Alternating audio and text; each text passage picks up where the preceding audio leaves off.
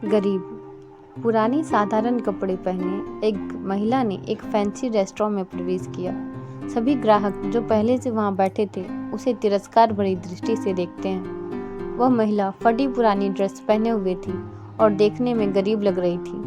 परिचारिका तुरंत उसके पास दौड़ी। उसने यहाँ तक कि अपनी घृणा को छुपाने की कोशिश भी नहीं की।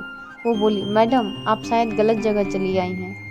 वह बस इतना चाहती थी कि जल्दी से इस बिन बुलाए मेहमान से छुटकारा मिल जाए। महिला ने घबराते हुए उसकी ओर देखा और पूछा कि क्या यह ताज भोजनालय है। डाइनिंग हॉल में मौजूद लोग कानाफूसी करने लगे और उनमें से कुछ ठहाके लगाने लगे। परिचारिका ने दयनीय दृष्टि से महिला की ओर देखा और बोली, आप सही कह रही हो, यह है तो, पर आप क्या चाहती हो मैडम? तुरंत व्यवस्थापक को बुलाओ। असंतुष्ट ग्राहकों में से एक चिल्लाया, मैंने यहाँ पहले से एक टेबल इसलिए नहीं बुक करवाई है कि कोई भिखारी मुझे खाते हुए देखे। महिला ने अपना सर नीचे कर लिया और धीरे धीरे से बोली, मैं तुम्हारा ज़्यादा समय नहीं लूँगी बेटा। मेरा केवल एक अनुरोध है कि आप इस तरफ आइए। परिचारिका ने अनिच्छा से बुजुर्ग महिला को अंदर आमंत्रित किया। वो बस किसी तरह उसे बाकी ग्राहकों की नज़रों से दूर ले जाना चाहते थे। अगर मैं तुम्हारी जगह होती तो मैं सिक्योरिटी को बुलाकर उसे बाहर का रास्ता दिखाती। आपने देखा कि कैसे उस बदबू आ रही है। वह एक बुरा सपना है। ये सब बोलकर वहाँ बैठे लोगों ने अपनी भावनाओं को बिल्कुल छुपाया नहीं। महिला मिठाइयों के शौकेस में गई और काफ़ी देर तक उसे देखती रही। वेटर उसे देखकर हंस रहे हैं। वे कह रहे थे, अगर वह यहाँ मुफ्त में खाने की उम्मीद करती है तो उसे कुछ नहीं मिलने वाला है। ऐसा लगता था कि महिला ने उनकी बातों पर ध्यान नहीं दिया। महिला बोली, मुझे बताओ बेटा, क्या लेमन केक को केवल आधा खरीदना संभव है? इसकी लागत क्या है?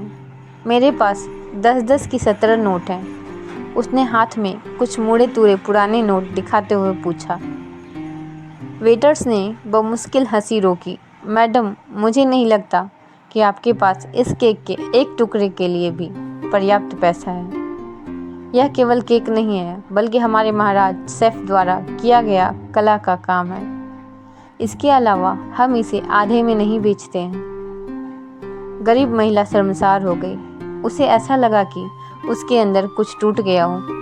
धीरे धीरे वह निराश कदमों से चलते हुए बाहर निकलने लगी। अचानक उसे रेस्टोरेंट के कोने में अपनी पत्नी के बगल में बैठे सैन्य वर्दी पहने एक व्यक्ति ने बुलाया।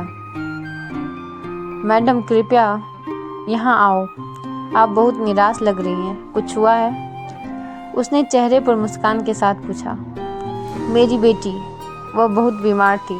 जब वह बच्ची थी तो हम उस रेस्टोरेंट के पास से गुजरते थे और वह काफ़ी देर तक दुकान की खिड़कियों को देखती रहती थी। हमने एक दिन यहाँ लेमन केक खाने का सपना देखा, लेकिन फिर वह बीमार हो गई। मेरे पति चले गए और हम दोनों का पेट पालने के लिए मुझे नौकरी करनी पड़ी। मेरे पास इलाज जारी रखने के लिए पैसे नहीं हैं, इसलिए अब मैं उसके लिए कुछ भी नहीं कर पा रही हूँ। तो मैंने सोचा कम से कम उसे एक केक ही दिला दूँ, लेकिन मेरे पास केवल 10 की ये 17 नोट हैं। इतना कहते हुए उसकी आंखों से आंसू बह निकले। बिना किसी हिचकिचाहट के उस फौजी ने वेटर को बुलाया और उसे अपने खर्चे पर महिला के लिए एक पूरा लेमन केक पैक करने को कहा। उन्होंने महिला से कहा, आज 17 साल हो गए हैं जब हमने अपने बेटे लक्ष्य को खोया था। एक कार दुर्घटना में उसकी मृत्यु हो गई थी। मैं और मेरी पत्नी कुछ नहीं कर पाए, हालांकि वह एक डॉक्टर है। आपके पास में 17 नोट हैं और मेरा बेटा 17 साल का था। ये ऊपर वाले का इशारा नहीं है तो क्या है? फौजी की पत्नी ने गरीब महिला को अपना बिजनेस कार्ड दिया और बेटी के इलाज में मदद करने का वादा किया। जब वेटर महिला के लिए लेमन केक लेकर आया तो महिला के चेहरे पर एक कृतज्ञ मुस्कान आ गई। उसने फौजी और उसकी पत्नी को धन्यवाद दिया और वहां से चली गई। इस घटना के बाद रेस्टोरेंट में सब खामोश थे। सभी को उस फौजी ने एहसास दिला दिया था कि पैसों से भले ही वो महिला गरीब थी, लेकिन वहाँ बैठे सभी लोग विचारों से और दिल के गरीब थे, सिवा उस फौजी दंपति के। अब वहाँ